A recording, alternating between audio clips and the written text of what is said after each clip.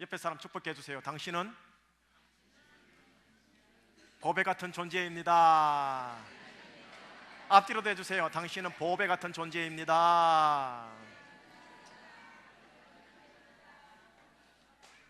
우리 교회는, 따라합시다. 우리 교회는 보배 같은 교회입니다. 우리 제주는 보배 같은 제주입니다. 계속 선포하십시다. 실상이 될 때까지 선포해야지요. 앞에 자막을 보시면은 여러분들 지난주에 배웠던 히브리 단어가 하나가 있을 거예요. 멜렉. 만군의 여호와 하나님, 다른 말로 왕이신 하나님. 히브리어는 멜렉이신 하나님이라는 뜻이랍니다. 위에 단어가 멜렉이에요. 글씨 잘 보이십니까? 예. 밑에 단어도 어때요? 글씨는요? 거의 비슷하죠? 근데 제가 한글로 뭐라 적어놨어요? 몰렉으로 적어놨어요. 몰렉. 여러분들 차이를 발견하시겠습니까? 예. 여러분들 글씨, 지렁이 기억하는 글씨가 자음이에요. 그리고 저 점으로 되어 있는 게 모음이랍니다. 원래 고대 히브리에는 모음조차도 없습니다. 자음으로만 되어 있어요. 그래서 문맥을 따라 멜렉으로 읽어야 될지 몰렉으로 읽어야 될지를 나와야 됩니다. 자, 이제 그러면은 멜렉은 왕, 몰렉은 뭐라는지 혹시 아세요? 사람 잡아먹는 귀신이라는 소리입니다. 사람과 백성과 가정을 도탄에 빠뜨리는 귀신을 몰렉이라고 합니다. 암몬 사람들, 모압 사람들이 섬겼던 그들의 신 이름이 밀곰 혹은 몰렉이라고 합니다. 사람과 가정과 백성을 도탄에 빠뜨리는 자. 어떻게 다스리느냐에 따라서 왕 대신 하나님의 모습을 드러내는가 하면, 어떻게 다스리느냐에 따라서 백성과 가족과 가정을 도탄에 빠뜨리는 몰렉이 될 수가 있습니다. 근데 멜렉과 몰렉은 뭐 하나 차이라고 그랬죠? 점 하나 차이라고 그랬습니다. 여러분, 멜렉과 몰렉 원래는 말라크라는 동사에서 나왔습니다. 말라크는 다스리다라는 동사입니다. 어떻게 다스리느냐에 따라서 멜렉으로 갈 수 있고 몰렉으로 갈 수가 있습니다. 같은 다스림인데 빌드업, 사람을 세우는 다스림이 될 수 있느냐, 사람을 정죄하고 도탄에 빠뜨리는 다스림이 되느냐, 그것이 여러분들과 함께 지금 나누고 있는 맥 성경 12개 가장 중요한 주제, 맥입니다. 멜렉. 따라 해볼까요? 나는 멜렉이다. 질그릇 안에 보배 되신 예수님이 계셔요. 만군의 여호와 하나님이 왕이시듯이 신약에 보면은 예수님이 왕이시거든요. 왕 되시며 보배 되신 예수님이 내 속에 있다면 나는 그 보배 때문에 보배로서의 가치가 있지요. 그래서 우리를 일컬어 뭐라 하냐면 왕 같은 제사장이다라고 그럽니다. 여러분들 스스로 거울을 바라볼 때나 여러분들 가족들을 바라볼 때 보배가 담긴 질그릇이다. 멜렉 대신 예수님이 저 속에 계시다. 그리고 나는 우리 가정과 우리 셀 식구들과 교회 지체들과의 관계 속에서 멜렉으로 부름받았지 몰렉이 아니다.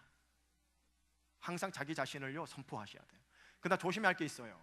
멜렉과 몰렉은 점 하나의 차이기 때문에 순식간에 점이 왔다 갔다 한다라는 거예요.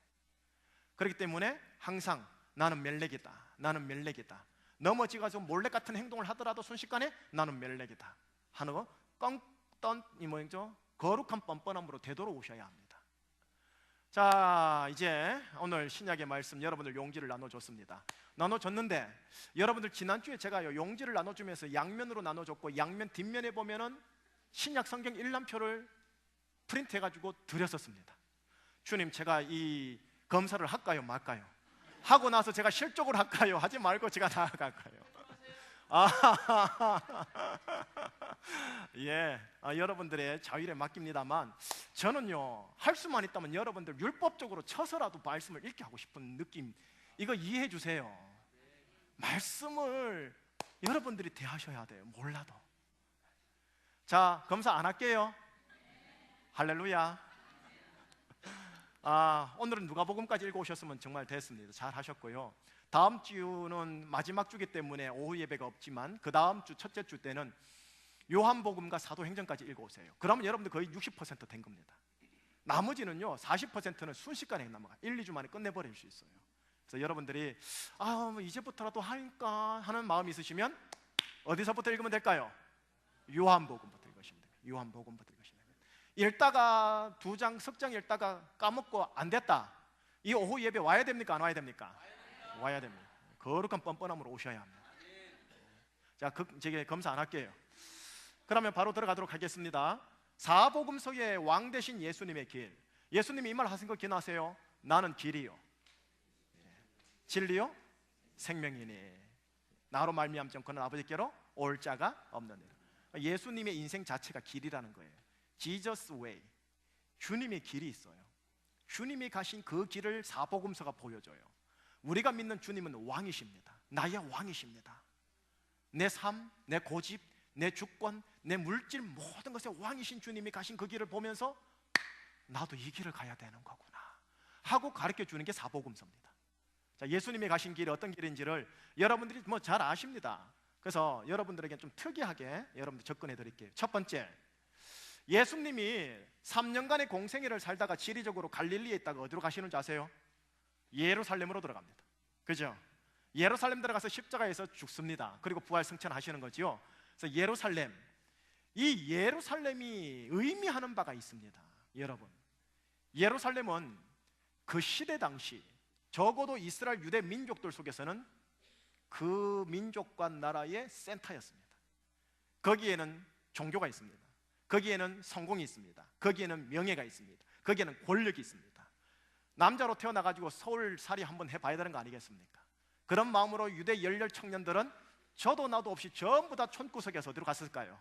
예루살렘으로 간 거예요. 아니나 다를까 우리 주 예수 그리스도께서 33세의 유대 청년으로서 미혼 남자가 잘생긴 구렛나루에 있는 이 예수님이 나중에 인기가 되니까 어디로 갑니까? 예루살렘으로 들어가요. 표면적으로 봤을 때는 이분이 이제 왕이 되신다 하면서 호산나 호산나 하면서 사람들이 예수님 돌아가시 일주일 전까지는 왕으로서 대접한 거 기억나시지 않습니까? 예수님의 표면적으로는 예루살렘으로 들어갑니다. 그래서 예루살렘에 대한 모든 사람들의 동경은 이제 예수님이 센터에 앉으시면 좌편에는 내가 앉고 우편에는 네가 앉고 하면서 한 자리씩 찾으려고 했었습니다. 실제로 야고보와 요한은 그렇게 이 자리 요 자리 주세요고 열혈 엄마를 통해 가지고 달라고 했었잖아요. 자, 그런데 예수님의 눈에는 예루살렘이 어떻게 보였느냐가 중요합니다. 예루살렘의 왕이요 이스라엘의 왕이신 예수님의 눈에는 이 예루살렘이 어떻게 보였냐가 중요한 것이란 말입니다. 오늘 우리에게 주신 말씀을 볼까요? 마태복음 23장 37절 39절 말씀입니다. 마태복음 23장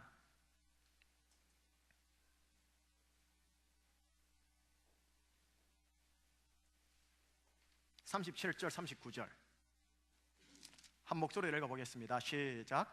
예루살렘아 예루살렘아 선지자들을 죽이고 네가 파송된 자들을 돌로 치는 자여, 암탉이 그 새끼를 날개 아래 모음같이 내가 네 자녀를 모으려 한 일이 몇 번이더냐. 그러나 너희가 원하지 아니하였도다. 보라, 너희 집이 황폐하여 버려진 바 되리라. 내가 너희에게 이르노니 이제부터 너희는 찬송하리로다. 주의 이름으로 오시는 이여 할 때까지 나를 보지 못하니라. 아멘. 하나만 더 찾아보겠습니다. 세 번째 책입니다. 누가복음 19장 41절과 42절이에요. 누가복음 19장 41절과 42절입니다.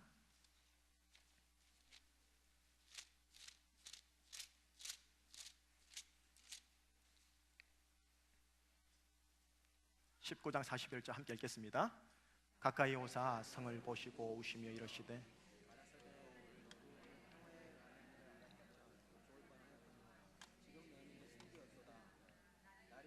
됐습니다.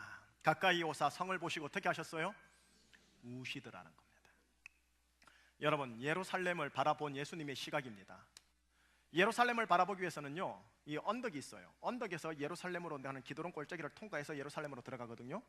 예루살렘 그 바로 보이는 맞은편에 언덕에서 탁 보면요, 왔노라 하면서 내가 이제 가서 성공과 부귀와 명예를 누리리라 하고 유대 열렬 청년은 그렇게 해가지고 야망을 가지고 예루살렘으로 들어갔을 건데, 같은 나이의 그룹의 예수님은 가까이 오사 성을 보시고 우셨습니다.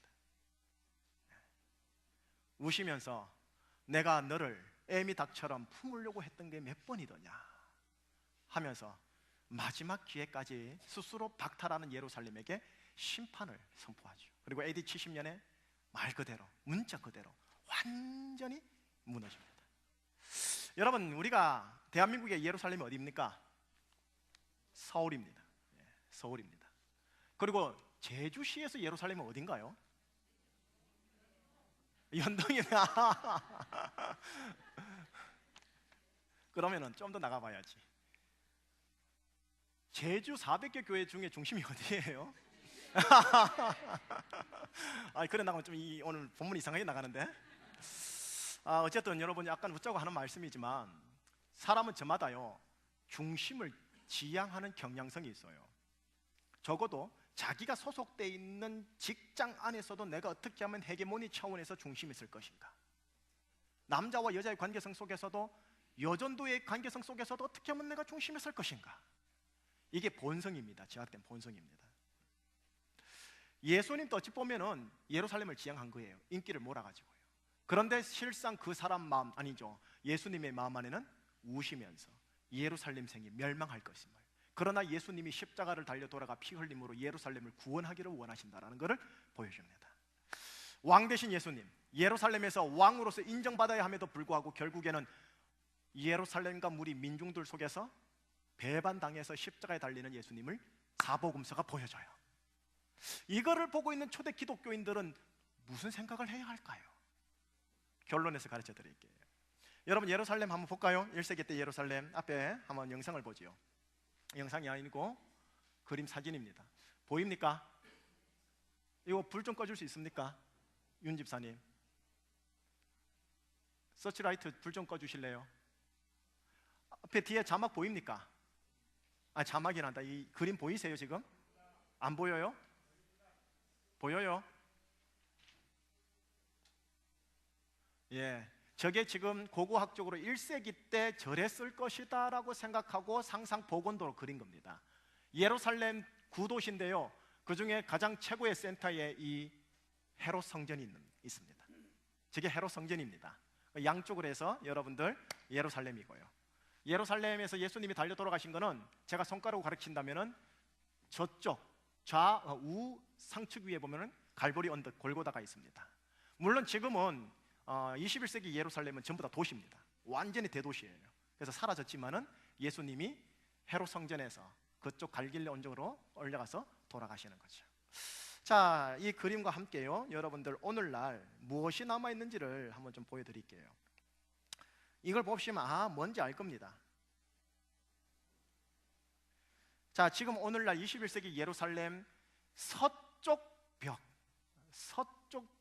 현장에 앉아서 파노라마 사진으로 찍은 겁니다. 한번 보시면 우선 한번 보시겠습니까? 자, 쭉 돌려볼게요. 바로 지금 보이는 이 큰 벽이 예루살렘 서쪽 벽입니다. 예루살렘 서쪽 벽이고요. 지금 360도 한번 돌려볼게요. 이렇게 돌아갑니다. 여기는 큰 공터지요. 그리고 이쪽으로 돌아가면 이제 아랍 사람들이 이 안에 살고요. 이렇게 다시 돌리면 예루살렘 성벽입니다. 서쪽 벽입니다. 여기에서 유대인들이 지금도 기도 원문 있죠. 종이 적어가지고 저것처럼 적어가지고 이게 똘똘똘똘 말아가지고 성벽에다가 쏙 집어넣고 지금도 그게 붙잡고 기도하고 있습니다. 뭘 위해 기도할까요? 두 가지입니다. 예루살렘 성이 회복되게 하여 주시옵소서. 왜냐하면 지금 예루살렘 성 제일 센터에 헤롯 대왕이 세운 성전에 황금돌이 있거든요. 이슬람 성지요. 그래서 예루살렘이 회복되게 하여 주시옵소서. 또 하나는 메시아가 빨리 오게 하여 주시옵소서. 2000년 전에 오셨는데 우리는 오셨다 하는데 그분들은 아직도 메시아를 기다리고 있는 거예요. 자, 이거는 제가 다른 사진을, 예루살렘 성벽 사진 다른 하나를 또 좀 보여드리겠습니다.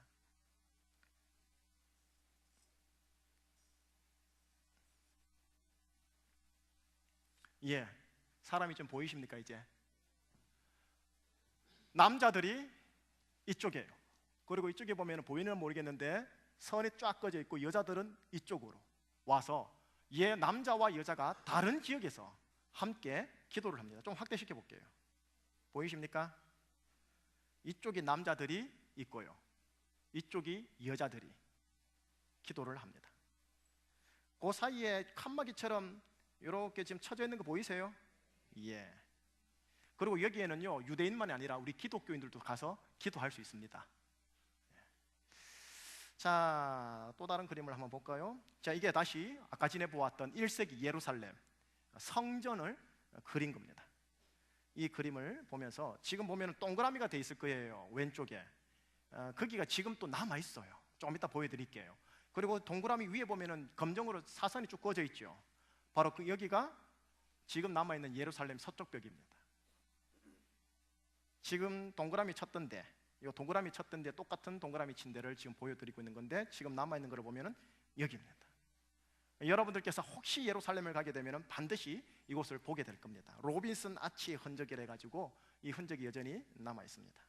이거는 이제 제가 앞에서 찍은 거고요. 그리고 좀 더 가까이 가볼게요. 보세요. 유대인들이 토라를 펼쳐놓고 기도문을 집어넣고 기도하고 있는 모습을 보고 계십니다. 이처럼 예루살렘은요, 지금도 그들은 종교적으로 영적으로 자신들의 센터입니다. 예루살렘이요. 마지막 날 메시아가 와서 예루살렘을 회복시킬 것이라고 굳건히 믿고 있는 거예요. 그러기 위하여 필요한 게 뭐냐? 예루살렘 성을 회복하기 위하여 자본을 준비하자, 정치 권력을 준비하자, 경제적인 것을 준비하자고 지금 준비하고 있는 친구들이 현 유대인들이에요. 그래서 지금은 제3성전을 짓고자 노력하고 있다가 황금돈, 이슬람하고 지금 티격태격 아주 위험한 지경에 지금 현재 있는 상황입니다.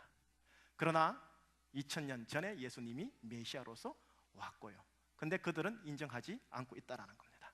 자, 이거 예수님이 왕 되십니다. 왕 되신 예수님은 이 땅에 오셔가지고 예루살렘을 구원하기 위하여 예루살렘에서 돌아가십니다. 이게 참 역설적입니다. 두 번째입니다. 이제 여러분들 가지고 있는 용지를 보면은 왕 되신 예수님이 가신 사복음서의 길 보면은 사람을 보는 시각이 조금 다르다는 걸 보이십니다. 우선 유대인들요, 그 시대 당시에 사두개파, 바리새파, 에세네파, 열심당 수많은 오피니언 리더들과 백성들이 가지고 있는 시각부터 먼저 확인할게요. 레위기 19장 2절을 한번 펼쳐보실래요? 레위기 19장 2절요.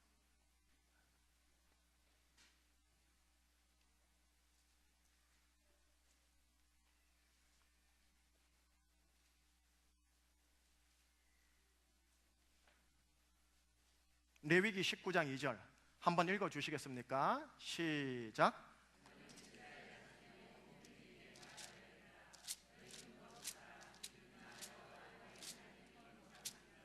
예, 하나님이 말씀하는 명령입니다. 온 회중이 말하되 너희는 거룩하라. 나 여호와 너희 하나님이 거룩함이니라. 이게 무슨 말이냐면은 정결 예법이라고 그래요. 바리새인들이요, 철저하게 정결하려고 몸부림쳤어요. 이유가 뭐냐? 레위기 19장 이 말씀 때문에. 나는 죄인과 달라. 나는 저 창녀와 달라. 나는 저 세리와 달라. 나는 저 무리의 일반 백성들과 달라. 나는 거룩해야 돼. 나는 정결해야 돼. 나는 저들 것처럼 죄인이 되어서는 안 돼 하면서 죄인이 아닌 정결함의 자리에 있으려고 했고, 정결한 자들끼리만 모여가지고 예배드리고 교제하고 공동체 활동을 한 거예요. 동시에 정결하지 아니한 사람들은 정결한 저 사람들을 바라보면서 아, 부럽다. 나는 어쩔 수 없어가지고 정결하지 못한 인생을 살아가고 있는데 저 바리새인들은 정결하게 살아가고 있네. 하나님이 얼마나 기뻐하실까? 얼마나 축복하실까? 나는 왜 이럴까? 바리새인들은 나를 향해 정죄하고 있고, 나는 내 스스로 내 자신을 정죄하고 있는 상황이 1세기 때 유대 사회입니다. 이게 정결 예식, 정결 세계관이라고 그래요. 학문적인 용어로는요. 거룩 세계관, 정결 세계관. 물론 우리는 거룩하고 우리는 정결해야 합니다만, 자, 이제 예수님입니다. 왕 되신 예수님이 이 거룩과 정결을 강조하는 세상에 들어와서 무엇을 얘기하는 것을 이제 보자라는 겁니다. 우선 첫 번째, 마태복음 9장 10절에서 13절을 펼쳐보시죠.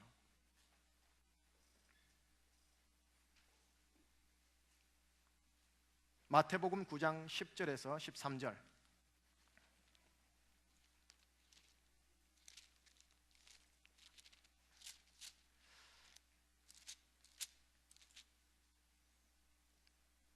시작. 예수께서 마태의 집에서 앉아 음식 잡수실 때 많은 세리와 죄인들이 와서 예수와 그의 제자들과 함께 앉았더니 그의 제자들에게 이르되 어찌하여 너희 선생은 죄인들과 함께 잡수시느냐? 예수께서 들으시고 이르시되 건강한 자에게는 의사가 쓸데없고 병든 자에게라야 쓸데가 있느니라. 너희는 가서 내가 긍휼을 원하고 제사를 원하지 아니하노라 하신 뜻이 무엇인지 배우라. 나는 의인을 부르러 온 것이 아니요 죄인을 부르러 왔. 보세요. 바리새인들의 지금 세계관이 뭔가를 보십시오. 예수님께서 마태의 집 세리의 집에서 음식을 먹어요. 많은 세리들과 죄인들이 그 속에서 함께 먹는 거예요. 이거를 가장 정결을 강조하고 거룩을 강조하고 구별을 강조하는 바리새인들이 본 거예요. 그리고 나서 예수님께는 차마 말을 못하고 제자들에게 말을 하는 거예요. 어찌하여 너희 선생은 거룩한 선생으로서 거룩하지 아니한 세리와 죄인과 함께 먹고 마시느냐. 그랬더니 예수님이 하시는 말씀이 뭐냐? 건강한 자에게는 의사가 쓸데없고 병든 자에게라야 의사가 쓸데있다. 내가 온 것은 의인 거룩한 너희들을 부르러 온 게 아니라 정결하지 못한 니들이 정죄하고 있는 그들을 내가 부르러 왔노라. 지금 이 얘기를 하고 있는 거예요. 이 얘기를 하시면서 우리에게 주신 아주 유명한 비유 하나가 있습니다. 그 비유를 한번 보려고 그래요. 누가복음 10장입니다. 누가복음 10장 25절에서 37절입니다.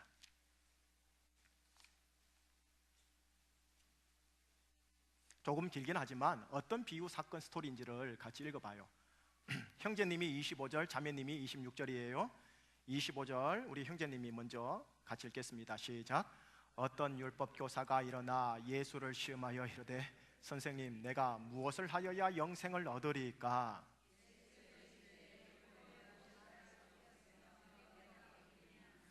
대답하여 이르되 네 마음을 다하여 목숨을 다하여 힘을 다하여 뜻을 다하여 주 너희 하나님을 사랑하라 하고 또한 네 이웃을 내 자신과 같이 사랑하라 하였나이다.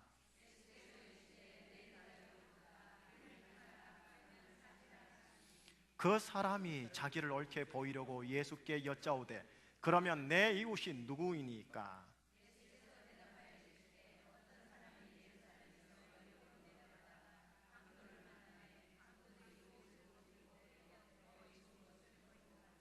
마침 한 제사장이 그 길로 내려가다가 그를 보고 피하여 지나가고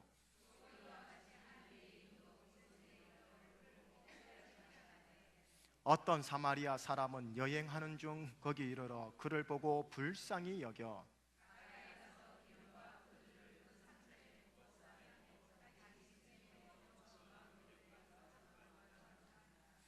그 이튿날 그가 주막 주인에게 데나리온 둘을 내어주며 이르되 이 사람을 돌보아 주라. 비용이 더 들면 내가 돌아올 때에 갚으리라 하였으니 같이요.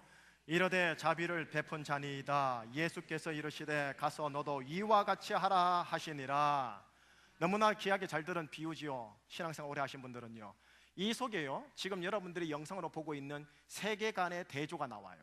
바리새인들이 가지고 있는 거룩과 정결과 분리의 세계관과 예수님이 가지고 있는 자비와 긍휼의 세계관이 이 속에 같이 들어있어요. 무슨 말인지 설명해 드릴게요. 여러분들이 이 말씀을 21세기 도덕 관점에서 읽으시면 안 돼요. 말씀을 읽을 때는 첫째 1세기 관점에서 읽으시고 나서 21세기 관점으로 재해석해야 돼요. 1세기 관점을 설명해 드리겠습니다. 여러분, 여기에 나오는 사람, 한 사람이 사마리아로 내려가다가 여리고로 내려가다가 무엇을 만났다고요? 강도를 만났다고 되어 있습니다. 강도를 만나서 거의 죽었다라고 되어 있지요. 그런데 그날 마침 그 시간에 31절에 보면은 누가 내려갑니까? 제사장이에요. 여러분, 제사장이면 거룩하고 정결한 분 아닙니까? 그 시대 최고의 거룩하고 최고의 정결하고 아마 도덕적으로도 고결하실 분들일 겁니다. 그런데 그분이 거의 죽은 사람을 보고는 어떻게 합니까? 피하여 지나가더라. 21세기 도덕 관점으로 보면 이거는 비도덕입니다. 위선입니다. 가식입니다. 그런데 1세기 사람들에게는 잘했다라고 얘기합니다. 이유가 뭔지 아세요? 나 여호와가 거룩하니 너희도 거룩할지어다 하면서 주님 주신 율법에 보면 죽은 동물이나 거반 죽은 동물이나 사람에게는 제사장들은 만지지 말지어다라고 되어 있어요. 자, 그렇다 따지면 이 제사장은 하나님 말씀에 순종한 거예요, 안 한 거예요? 순종한 거예요. 자기가 거룩을 지킨 거예요. 정결을 지킨 거예요. 깨끗함을 지킨 거라니까요. 자, 그 다음 레위인이 지나가죠. 레위인이 32절에도 그를 보고 어떻게 해요? 피하여 지나가더라는 거예요. 그 역시 레위인은 율법을 알았을 거예요.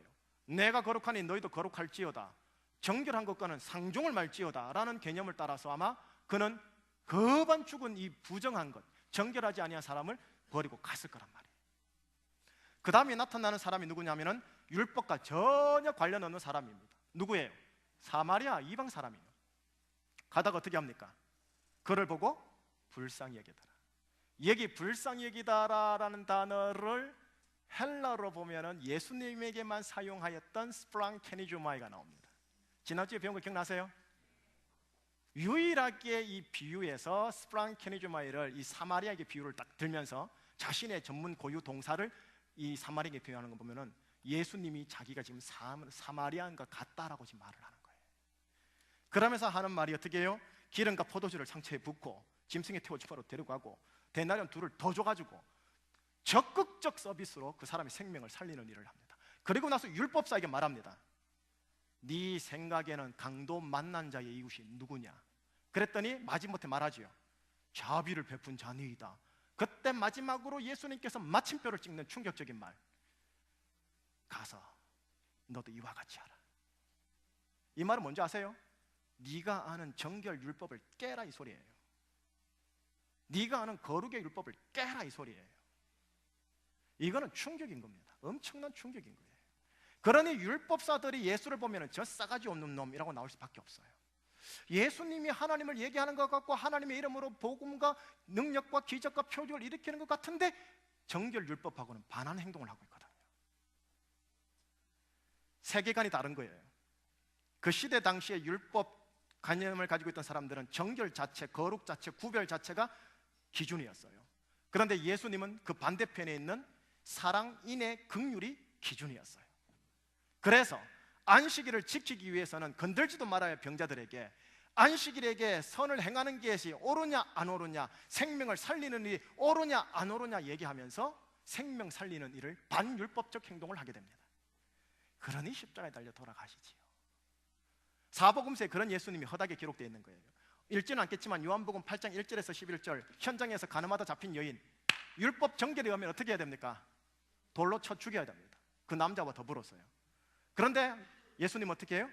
나도 너를 정죄하지 않노니 가서 다시는 이와 같이 행하지 말라. 제2의 생명의 기회를 주십니다. 이게 예수님이라니까. 이것이 왕 대신 예수님이라니까. 이것이 우리가 믿고 따르고 있는 나의 법의 예수님이라니까. 이 법에가 가지고 있는 세계관을 따라서 내 남편과 아내와 재주를 대하여야 한다라는 도전을 1세기 기독교인들에게 하나님이 주시는 거예요. 쉽지는 않은 줄 알지만 우리가 성령의 능력으로 이걸 해내야 합니다. 사람을 바라보는 시각이 확 다르죠.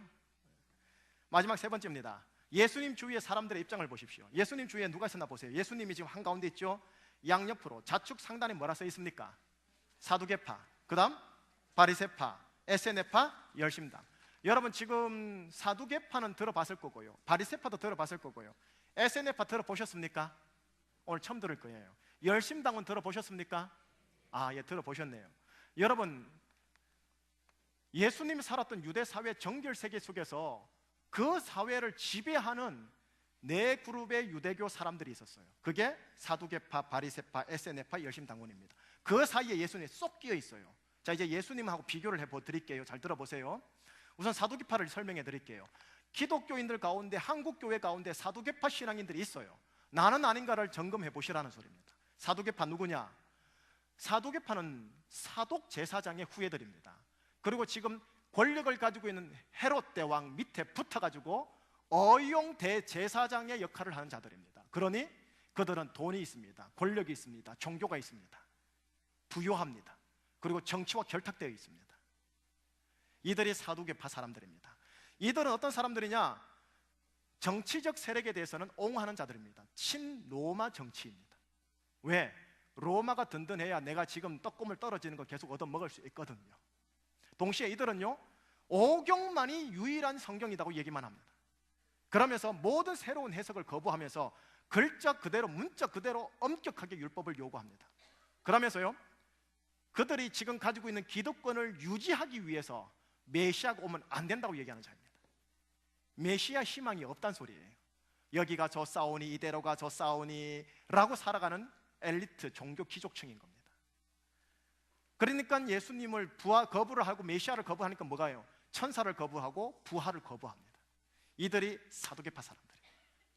이분들이 유대교 전체 사회 속에서 한 핵심 리더 그룹이에요. 자, 그 반대편에 있는 리더 그룹도 얘기해 드릴게요. 바리새파 사람들이에요. 바리새파 사람들은 누구냐면은 시민 중산층 사람들입니다. 사두개파는 초엘리트 계층의 계급의 사람들이라면 이 바리새파 사람들은 중산층의 엘리트 개념들입니다. 이들은 누구냐면은 율법의 실천이 위협되지 않는다면 친로마적인 온화한 정책이에요. 물에 물 탄 듯 술에 술 탄 듯 좌로도 치우치지 않고 우로도 치우치지 않는 온화한 듯한 모습이에요. 율법적 실천에 위협받지 않는다면 로마 안에서 우리가 평화롭게 잘 섬겨야 한다고 얘기하는 분들이시죠. 그리고 이들은 율법만 강조하는 게 아니라 들어보셨어요? 할라카 학가다라는 거 들어보셨어요? 그러면은 탈무드라는 거 들어보셨어요? 예, 탈무드와 같은 겁니다. 탈무드, 할라카, 학가다 같은 해석도 인정해요. 근데 사두개파는 그런 해석을 인정하지 않는 거고요. 그러는 가운데 이들은요 613개의 지나친 율법 조항을 가지고 정결 예식에 따라 일주일에 2번 금식하고요 11조 꼬박꼬박 잘 내고요 성전 중심의 신앙생활을 하고요 그리고 그들끼리 모여가지고 어떻게 하느냐, 저 세리, 저 창녀, 저 백성들, 정결하지 않아, 정결한 우리끼리 모여 하고 정결한 자들끼리만 궁작작 하신 분들이세요. 반면 90% 이상의 일반 백성들은요 바리새인들을 바라보면서 야, 저 사람들은 중상층 사람임에도 불구하고 하나님 앞에서 거룩과 정결로 열심히 사는구나, 나는 왜 이럴까 하면서 죄책감을 느꼈다고 바리새인들을 바라보면서 부러워했던 사람들이에요. 이 속에 예수님이 등장하신 거예요, 여러분. 그리고 바리새인들은 유대 백성 90% 사람들 속에서 가장 존경과 칭찬을 받았던 사람들이에요. 반면 사두개파 사람들은 엘리트 계층이니까 무조건 미운 거예요. 저놈의 새끼들 헤롯 대왕에 붙어있고 친로마에 붙어있고 어이구 때려 죽일 놈들, 이랬던 거고요. 그 상황 속에서 정결을 강조하는 바리새계 속에서 예수님이 등장해서 긍휼을 얘기하기 시작했으니 생각해봐요. 바리새인들이 얼마나 저 예수를 잡을까 생각할까요? 한편 예수님이 백성들한테는 복음 그 자체죠. 세리와 죄인들에게 하나님이 함께 하신다, 세리와 죄인도 하나님의 의인이 될 수 있다, 이 얘기 해주시는데 SNF판 또 누군지 아세요? SNF 사람들은 이번에 못 들어봤지만 신학을 하시는 분 다 들어요. SNF 사람들은 성경에 기록되어 있지 않지만 신학 고대 1세기 문서 자료는 다 나와요. 무슨 말이냐? 왜 또 성경이 안 나오느냐? 이유가 있습니다. 이 SNF 사람들도 극소수의 사람들인데요 사두개파, 저 철저하게 물들 놈들 안 돼. 바리새파, 저 녀석들은 물에 물 탄 듯 술에 술 탄 듯 안 돼. 우리는 철저하게 광야로 들어가자. 광야로 들어가서 자기들끼리 소수의 공동체끼리 모여가지고 우리가 예수님, 메시아라는 분을 오실 때까지 기다리자. 또 저 예루살렘 성에 있는 헤롯 대왕이 지어서 성전 저기 오염되었어. 저 성전 썩었어. 그런데 우리끼리 모여가지고 우리끼리 하나님 재림 메시아를 기다리자 하면서 율법을 따로 모여가지고 지킨 자들이에요. 어찌 보면은 가정 팽개쳐, 사회 팽개쳐, 교육 팽개쳐, 나라 팽개쳐 그냥 구석에 들어가가지고 자기들끼리 공동체하는 소종파 기독교인들이라고 보면 되겠죠. 마지막입니다. 열심당원들, 이들은 누군지 아세요? 이들도 메시아를 기다립니다. 메시아를 기다리는데 어떤 메시아인 줄 아세요? 정치적 메시아예요. 어떻게 하면 우리를 지배하고 있는 로마 국가로부터 우리를 해방시킬까? 어떻게 우리를 자유케 할까? 저 사두개파 사람들이 로마에 붙어가지고 저렇게 응응을 하고 있는데 어떻게 하면 죽일까 하면서 늘 칼을 차고 다녀요. 성경에도 그런 사람이 있습니다. 젤롯당원 시몬, 칼을 차고 다녀요. 그래서 로마 군인, 사두개파 사람 보면 푹 찌르고 도망가요. 왜요? 그렇게 해서 하나님의 나라가 빨리 오도록 하기 위해서. 폭력으로, 혁명으로 하나님의 나라를 이루려고 하는 거예요. 자, 지금까지 말했습니다. 어떠세요? 사두개파, 바리새파, SNF파, 열심당원, 이들이 1세기 유대 사회를 이끌어갔던 사람들 속에 예수님이 등장하신 거예요. 그러니 예수님은 사두개파도 아니고 바리새파도 아니고 SNF파도 아니고 열심당원도 아닌 거예요. 그러니 내 쪽 그룹 모두에게 왕따 당하신 분이십니다. 얼마나 외로웠을까요? 기독교인이 가는 길이 이 길이란 소리입니다. 사두개파 그리스도인들 같은 성향이 있으신 분 있죠? 바리새파 성향의 기독교인들도 있어요. SNF파 성향의 사람들처럼 소종파로 기도원에만 들어가는 사람들이 있다고요. 열심당원처럼 예수의 이름으로 정치를 개혁해야 된다, 혁명해야 된다 하면서 폭력까지 어느 정도는 정당화하는 분들도 계셔요.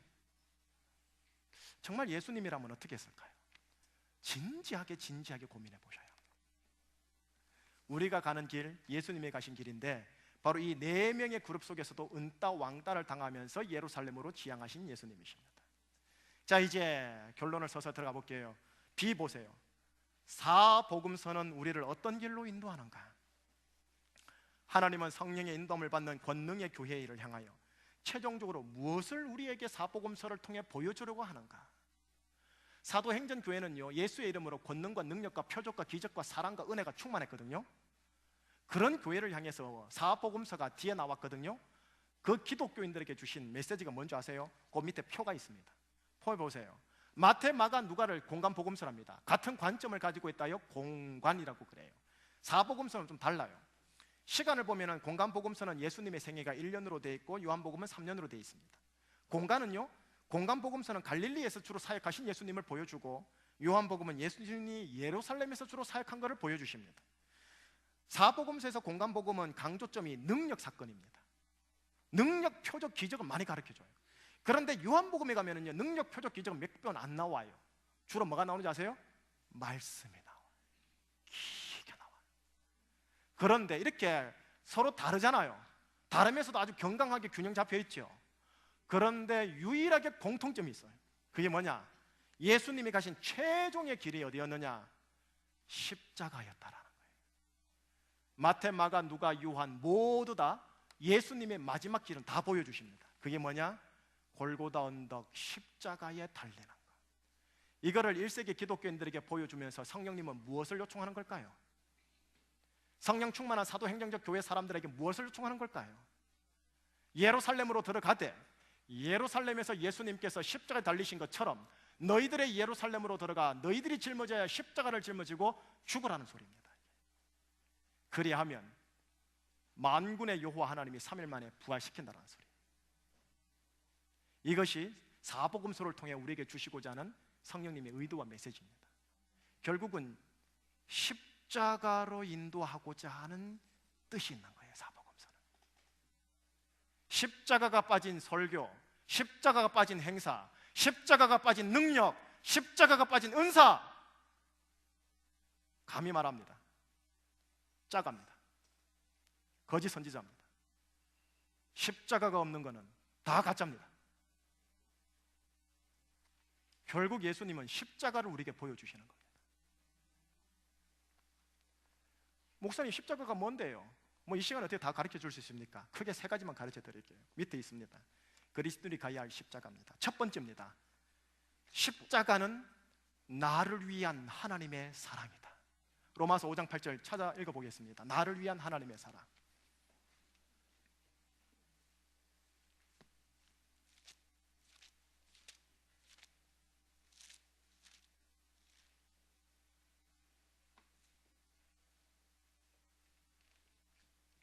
로마서 5장 8절입니다. 함께 읽겠습니다. 시작.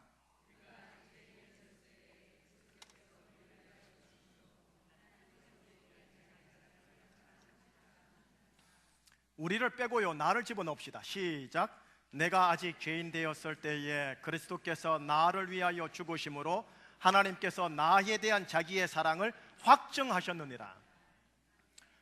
여러분, 교회를 위하여 기도해 주셔야 합니다. 간절하게 기도해 주세요. 이 십자가의 첫 번째 단계의 기름 부음이 우리에게 진짜 넘쳐야 됩니다. 아버지에게 받지 못한 사랑, 엄마에게 받지 못한 사랑, 형제들에게 받지 못한 사랑, 자라오면서 받았던 상처들 어떻게 해결될 줄 아세요? 예수님의 십자가의 은혜와 사랑을요, 절절하게 경험하셔야 돼요. 이 십자가가 나를 위한 것이구나 엄청나게 경험하셔야 돼요.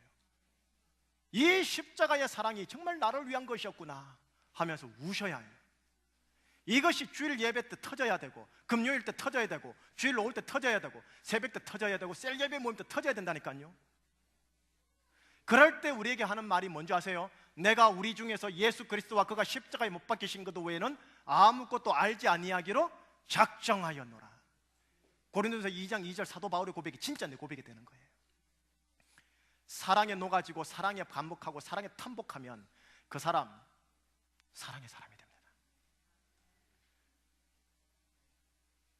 너는 보배롭고 존귀한 자녀라. 찬양을 부르는데 왜 눈물 납니까? 왜요?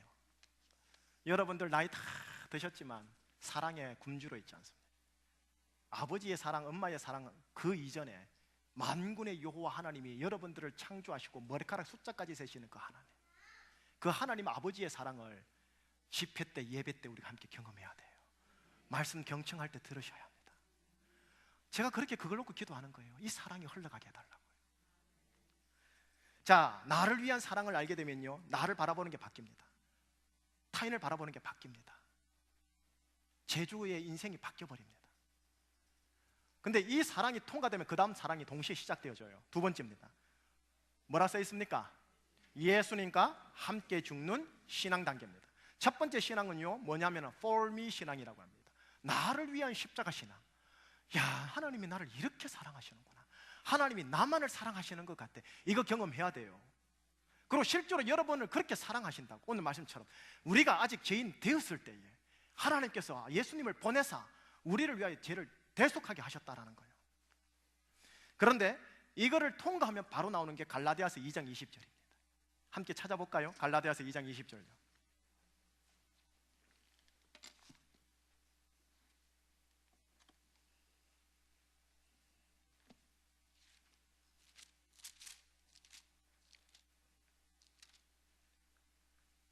시작. 내가 그리스도와 함께 십자가에 못 박혔나니 그런즉 이제는 내가 사는 것이 아니요 오직 내 안에 그리스도께서 사시는 것이라. 이제 내가 육체 가운데 사는 것은 나를 사랑하사 나를 위하여 하나님의 아들을 믿는 믿음 안에서 사는 것이라. 내가 그리스도와 함께 어떻게 했다고요? 첫 번째 단계에서는 이걸 몰라요. 예수님이 나를 위해 십자가에 못 박히셨구나, 너무너무 감사해요. 그런데 이 단계를 통과해버리면 어떻게 되는 줄 아세요? 내가 예수님과 함께 죽어야 되는 거구나를 알게 됩니다. 내가 살아있으면 안 되지. 예수님이 달려 죽으신 것처럼 나도 그 자리에 달려 죽었지. 죄와 정과 욕심은 다 달려 죽었지. 내가 왜 이렇게 살아있지? 나는 왜 이렇게 내 마음대로 살지? 하면서 힘들어 하셔야 해요. 그리고 내가 예수와 함께 죽었다라는 것을 계속 선포하는 거예요. 앞에 플랜카드 맨 위에 보세요. 작은 글씨 한번 뭐라 써 있습니까?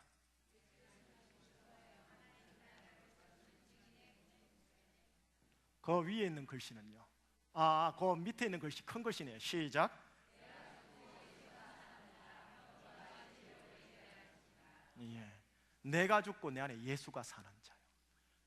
이게 십자가 복음이라니까요. 내가 죽고 내 안에 예수가 살면 어떻게 되는 줄 아세요? 예수의 성품이 나와요. 예수의 권력이 나와요. 예수의 기질이 나와요. 예수의 삶의 라이프 스타일이 나와요. 예수님의 세계관이 나오고 예수님의 문제 풀이를 하는 형식대로 나와요. 근데 이것이 나오다가 내 안에 혈기와 부딪히면서 나는 왜 이럴까? 아이고, 예수 믿는 게 이렇게 힘든 건가? 이게 잘 가고 있는 성장통이라니까요. 이런 문제의식을 못 가지는 게 문제인 거예요. 목사가 돼도 장로가 되고 혈기가 자득하고 안수집사가 되고 3대 신앙이라도 예수가 안 살고 자기가 살아있고, 예수 얘기하지만 예수 이름 먹칠하는 우리들의 모습 아니냐고요. 두 번째 단계로 우리가 가셔야 돼요. 성령의 인도하심 따라 내가 죽어야 돼요. 세 번째 단계까지 가셔야 됩니다. 세 번째 단계는 뭐라 써 있어요? 예수님을 위한 짊어지는 신앙. 이거를 for you 신앙이라고 해요. for you 신앙. 두 번째는 with you, 당신과 함께 죽겠습니다는 with you 신앙이고, 세 번째는 이젠 for you 신앙. 마지막 로마서 14장 8절이에요. 한번 찾아보겠습니다.